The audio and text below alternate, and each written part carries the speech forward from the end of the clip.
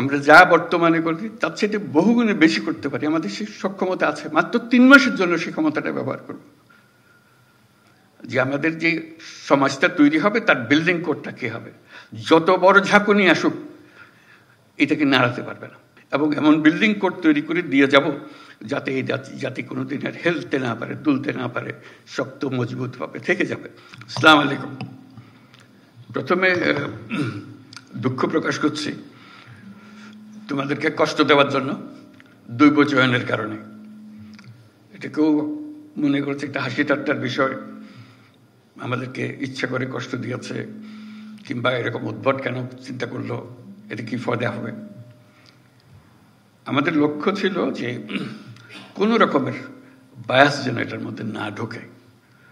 অনেক সময় শত প্রচেষ্টা সত্ত্বেও বায়াস ঢুকে পড়ে নিজের উপরে যদি ছেড়ে দিই। কিন্তু দৈব চয়নতে এসছে যেন নিজেকে এর থেকে দূরে রেখে ফেলতে পারি। আমরা যে কজনেই এটার সঙ্গে শরিক ছিলাম তাদের কারো কোনো রকমের বায়াস এটার মধ্যে না ঢোকে, যাতে মুক্ত মনে যেখানে জায়গা হয়েছে, আমার নম্বর পড়েছে, সেখানে গেলাম, সেখানে আমি আমার কাজ করব। এটা অসুবিধা, ব্যক্তিগত অসুবিধা হয়। কোথায় গেছি পড়লাম, চিন্তা করি না কোনোদিন এখানে কাজ করতে হবে। আমরাও ভাবি না যে এর জায়গায় এখানে হবে, ওর জায়গায় এখানে হবে। কিন্তু একটা চ্যালেঞ্জ সৃষ্টি করে, শুরুতেই একটা চ্যালেঞ্জ। এই চ্যালেঞ্জটা নেবার জন্য মানসিক প্রস্তুতি দরকার। এটার ফলে আশা করি এই কষ্টের মধ্যেও সেই চ্যালেঞ্জটা গ্রহণ করার একটা মনোভাব তোমাদের মধ্যে জেগে উঠবে যে আমি এই চ্যালেঞ্জ গ্রহণ করলাম। তাহলে সব জিনিস পরিষ্কার হয়ে আসবে। আমরা নির্বাচনের কথা বলছি, যার উদ্দেশ্যে আমরা যাচ্ছি, এটার গুরুত্বটা আমাদের এখন বুঝতে হবে। নির্বাচন বলতেই আমরা অতীতের কিছু নির্বাচনের কথা মনে রাখি, মনে চট করে আসে। তোমরাও দেখেছো সেই নির্বাচনগুলো। কেউ প্রহসনের নির্বাচন বলে, প্রতারণার নির্বাচন বলে, তামাশার নির্বাচন বলে। এগুলো হলো তাদের বিশেষণ। সেখান থেকে আমাদের চলে যেতে হবে বহু উপরে। কাজে এই দূরত্বটুকু আমাদেরকে অতিক্রম করতে হবে, যে লোকে মনে যেন জানে এই পরিবর্তন সম্ভব এবং তোমাদের মাধ্যমেই সেই পরিবর্তন হবে। কাজে এই দৈব চয়নের মাধ্যমে যারা নির্বাচিত হলো তোমরা, তারা একটা ঐতিহাসিক দায়িত্ব পালন করার জন্য, সাধারণ দায়িত্ব পালন করার জন্য। সাধারণ দায়িত্ব সবসময় এই দিক থেকে এখানে যাওয়া সব হবে, কিন্তু একটা ঐতিহাসিক দায়িত্ব পালন। এটা ইতিহাসে যেন স্মরণ করে। এখানে তোমরা অনেক কথা বলেছ, তার মধ্যে বাইরের যারা পরিদর্শন করবে আসবে, পর্যবেক্ষণ দল আসবে, তারা আমাদের খুদ ধরার চেষ্টা করবে, আমাদের এটা হয় নাই, ওইটাই ব্যবহার হলে ভালো হতো বলবে। এবারের নির্বাচন হলে এমন নির্বাচন, তারা স্মরণ করবে বাংলাদেশের নির্বাচনটা আমরা দেখেছিলাম, এটা এরকম। তারা নানা দেশে এটা বলবে, এরকম একটা নির্বাচন তারা এটা দৃষ্টান্ত হিসেবে নিয়ে যাবে তাদের মাথায়, বারে বারে বলবে এই নির্বাচনের মতো নির্বাচন আমরা কখনো দেখি নাই, আমরা এক কাজ করি, এটা আমাদের একটা পারদর্শিতা আছে, কিন্তু এখানে যে নির্বাচন দেখে গেলাম সেটা আমাদের একটা স্মরণীয় পরিদর্শন হলো, আমাদের স্মরণীয় অভিজ্ঞতা হলো, সেই অভিজ্ঞতা আমরা এখান থেকে নিয়ে যাব। সেই ধরনের একটা নির্বাচন আমরা করে যেতে চাই। আরেকটা বিষয় হলো, এটা সাধারণ নির্বাচন নয় যে 5 বছর পর পর একটা নির্বাচন হয়, দেশের সরকার পরিবর্তন হয়। এটা রুটিন একটা কাজ। এবারের নির্বাচনের যেটা আন্ডারলাইন করা বারে বারে দরকার, এটা হলো গণ অভ্যুত্থানের পরবর্তী নির্বাচন। গণ অভ্যুত্থানে যারা শরিক হয়েছিল, আমরা যারা এর সঙ্গে আছি, যুক্ত আছি, এটা তাদের আদর্শ, তাদের স্বপ্ন বাস্তবায়নের ক্ষেত্রে সেই বাস্তবায়নটা আমাদের এই নির্বাচনের মাধ্যমে আমরা করে যাব। যে এই নির্বাচন তোমরা যে স্বপ্ন দেখার মাধ্যমে জীবন আত্মত্যাগ করেছ, সেই আত্মত্যাগের পেছনে যা যা তোমাদের মাথায় ছিল সেটাকে আমরা এখন স্থায়ী রূপদান করতে যাচ্ছি। এটা বলতে গেলে গিয়ে ভূমিকম্পের কথা মনে হয়। আমরা গত রাত্রে কিছু ভূমিকম্প নিদর্শন পেলাম। ভূমিকম্পের প্রসঙ্গ আসলেই বিল্ডিং কোডের কথা মনে আসে, যে বিল্ডিং কোড ঠিক আছে কিনা, মানতেছে কিনা। এই যে নির্বাচন এটা বিল্ডিং কোড তৈরি করার সুযোগ, যে আমাদের যে সমাজটা তৈরি হবে তার বিল্ডিং কোডটা কি হবে, যত বড় ঝাঁকুনি আসুক এটাকে নাড়াতে পারবে না। এই নির্বাচন সেই নির্বাচন যেখানে বিল্ডিং কোড তৈরি হবে। যারা বিল্ডিং কোডটা তৈরি করবে তাদের হাতে এই দায়িত্ব দেওয়ার জন্য। তার সঙ্গে যে গণভোট আসছে, এটা শুধু 5 বছরের নির্বাচন, সনাতন নির্বাচন তা না, এটার একটা বড় গুরুত্বপূর্ণ জিনিস হলো গণভোট। সেটা হলো বিল্ডিং কোড। এই বিল্ডিং কোডটা আমরা তৈরি করে দিয়ে যাব, যেটা শতবর্ষ ধরে এই দেশকে, এই জাতিকে সামনে এগিয়ে নিয়ে যাবে। কাজে এই দায়িত্ব, এই ঐতিহাসিক দায়িত্ব যে পেয়েছ, এটার জন্য আল্লাহর কাছে শুকরগুজারি করো যে আমাদেরকে এই দায়িত্ব পালন করার সুযোগ দিয়েছে। আমরা সারা জীবনে যখন জীবনে কি করলাম সেটা বিচারে বসবো, এটার জন্য 1 নম্বরে আসে যে আমি এটাতে শরিক ছিলাম, এই বিল্ডিং কোড তৈরি করে দিয়ে এসছি বলে আজকে দেশটা আমরা পেয়েছি, আমাদের সন্তানদের কাছে এই দেশ অর্পণ করে যেতে পারছে। কাজে ওই ঐতিহাসিক ভূমিকাটার কথা স্মরণ করো। এই যে আজকে এই দায়িত্ব পেলে, এটার জন্য আল্লাহর কাছে শুকরগুজারি করবো আমরা সবাই, যে এই দায়িত্ব, ঐতিহাসিক দায়িত্ব পালনের সুযোগ আল্লাহ আমাদেরকে দিয়েছে। অন্য কেউ দিতে পারত, কিন্তু আমরা এই দৈবচয়নের মাধ্যমে আমরা এই সুযোগ পেয়েছি, এবং এমন বিল্ডিং কোড তৈরি করে দিয়ে যাব যাতে এই জাতি কোনোদিন আর হেলতে না পারে, তুলতে না পারে, শক্ত মজবুতভাবে থেকে যাবে। সেটাই হলো আমাদের চ্যালেঞ্জ এই নির্বাচনের মধ্যে যেটা আছে, আমরা যেটা করতে চাচ্ছি। 5 বছরের নির্বাচন, সনাতন নির্বাচন, সেটা হচ্ছে একটা ভিন্ন নির্বাচন। আর তার সঙ্গে আছে শতবর্ষের নির্বাচন, ওই যে বিল্ডিং কোডের কথাটা বললাম। এই দুটো একত্রে এটার মাহাত্ম্য, এটার গুরুত্ব অনেক অনেক বেশি। সেই জিনিসগুলো ধরে রাখা, কিভাবে আমরা করব, সেই জিনিসগুলো বুঝের মধ্যে নিয়ে আসা, যে আমরা গণঅভ্যুত্থানের স্বপ্ন বাস্তবায়নে আছি। এভাবে আমি বলেছি যে এটা আমাদের ধাত্রীর কাজ করতে হচ্ছে, দায়ী। নতুন বাংলাদেশ জন্ম লাভ করবে এই নির্বাচনের মাধ্যমে। এই নির্বাচন আমাদেরকে নতুন বাংলাদেশের দরজা খুলে দেবে। তো কাজে নতুন বাংলাদেশের যে জন্ম হবে, এই আমাদের যারা এখানে উপস্থিত আছি তাদের ভূমিকা হলো ধাত্রীর ভূমিকা, যে আমরা যেন সুন্দর সুষ্ঠু সেই জন্মটা দিতে পারি তাদেরকে, সেই ভবিষ্যৎ বাংলাদেশে। নতুন বাংলাদেশ তো নিজে নিজে আসমান থেকে আসবে না, আমাদের হাতে তার জন্ম লাভ করবে। এই জন্ম লাভের প্রথম সূত্রটা হলো, প্রথম স্থানটা হলো তোমাদের হাতে, যেটা এই নির্বাচন করতে যাচ্ছ। সেটা করার জন্য আমরা কিভাবে করতে পারবো সেটা জানা, যে আমরা এটা দীর্ঘমেয়াদের এক জিনিসের তৈরি করতে যাচ্ছি। এই সময়টুকু, যেটুকু সময় নির্বাচনে, মাত্র ফেব্রুয়ারি মাসে নির্বাচন হবে, এটার গুরুত্ব এত বেশি, প্রতিদিন তোমাকে চিন্তা করতে হবে যে আজকে আমার কি দায়িত্ব, কি করব আমি এটাকে সর্বাঙ্গ সুন্দর নির্বাচন করার জন্য, মজবুত নির্বাচন করার জন্য, সবাইকে বোঝানোর জন্য, সবাই যেন একমত হয়। এটা তাকে জোর করে করানোর বিষয়ে আমরা যাব না। আমরা বলছি সবাই একমত হয়ে, একত্র হয়ে আমরা করব, দলমত নির্বিশেষে সবাই একমত হবে যে আমরা একটা নতুন নির্বাচন, নতুন বাংলাদেশ গড়ার জন্য আমরা আজকে তার জন্ম দেওয়ার মুহূর্তে এসেছি, সেই জন্মটা লাভ করবে। আগে একটা স্বপ্ন দেখেছিল গণঅভ্যুত্থানের মাধ্যমে, আজকে বাস্তবের পথের মধ্যে আমরা তাকে উঠিয়ে দিচ্ছি। সেই নির্বাচনের মাধ্যমে আমরা যেন অগ্রসর হতে পারি, যেন দেখতে পারি কি আছে।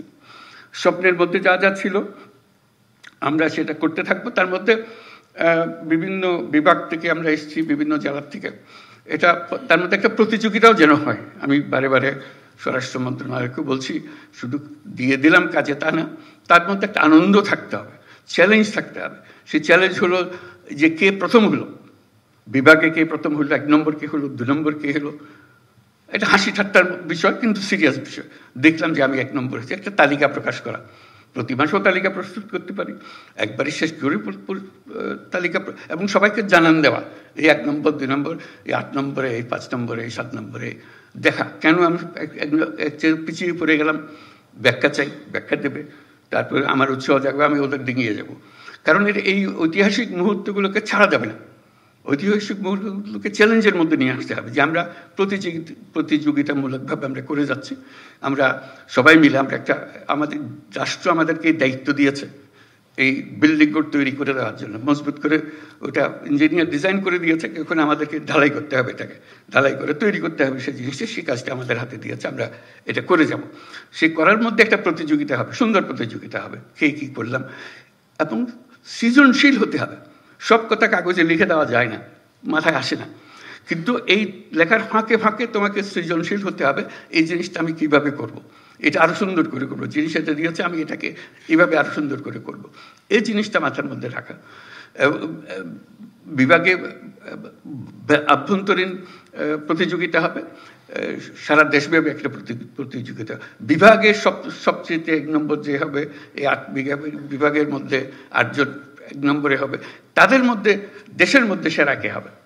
এবং সেটার জন্য আমি আগেও বলেছি এই ধরনের এক সভায় যে তাদেরকে রাষ্ট্রীয় পুরস্কার দেওয়া, যেটা এত বড় একটা কাজ করেছে, তার মধ্যে দেশের মধ্যে এটা সেরা ভূমিকা পালন করেছে, তাকে 1 নম্বর করে রাষ্ট্রীয় পুরস্কার, অন্তত মন্ত্রণালয়ের পুরস্কার যেভাবে সঙ্গতিপূর্ণ হয় এরকম পুরস্কার দেওয়া, 1 নম্বর 2 নম্বর 3 নম্বর।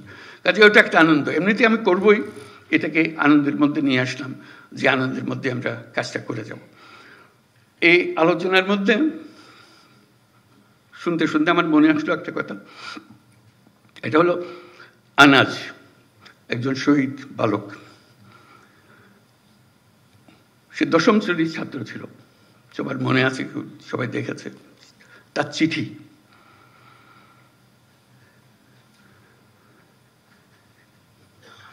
সে মিছিলে যোগদান করবে,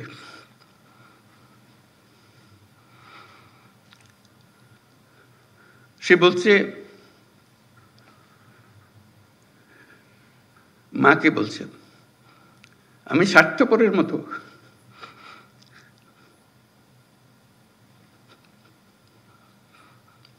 বসে থাকতে পারবো না, আমাকে মাফ করে দিও, যদি ফিরে না আসি আমাকে মাফ করে দিও।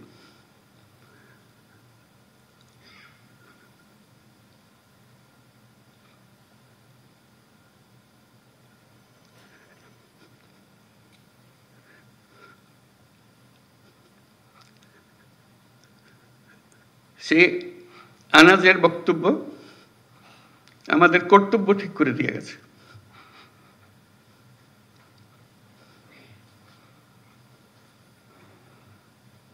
আমরা বসে থাকবো না,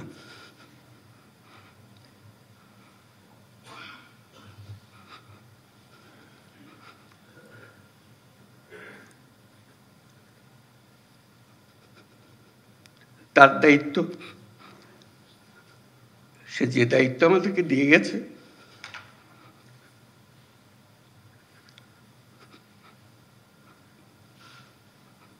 সেটা আমরা গ্রহণ করলাম।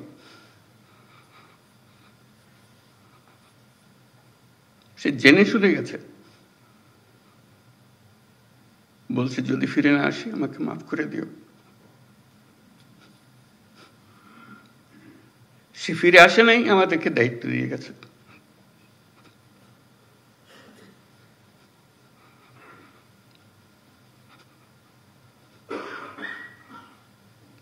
সেই কাপুরুষের মতো বসে থাকতে চাইনি, আমরাও কাপুরুষের মতো বসে থাকতে চাই, আমরা তার স্বপ্ন বাস্তবায়ন করতে চাই, এটি আমাদের দায়িত্ব। আমরা যা বর্তমানে করি তার চেয়ে বহুগুণে বেশি করতে পারি, আমাদের সেই সক্ষমতা আছে। মাত্র 3 মাসের জন্য সেই ক্ষমতাটা ব্যবহার করব। আমি সারা জীবনের কথা বলছি না, আসলে অনেক বড় দায়িত্ব।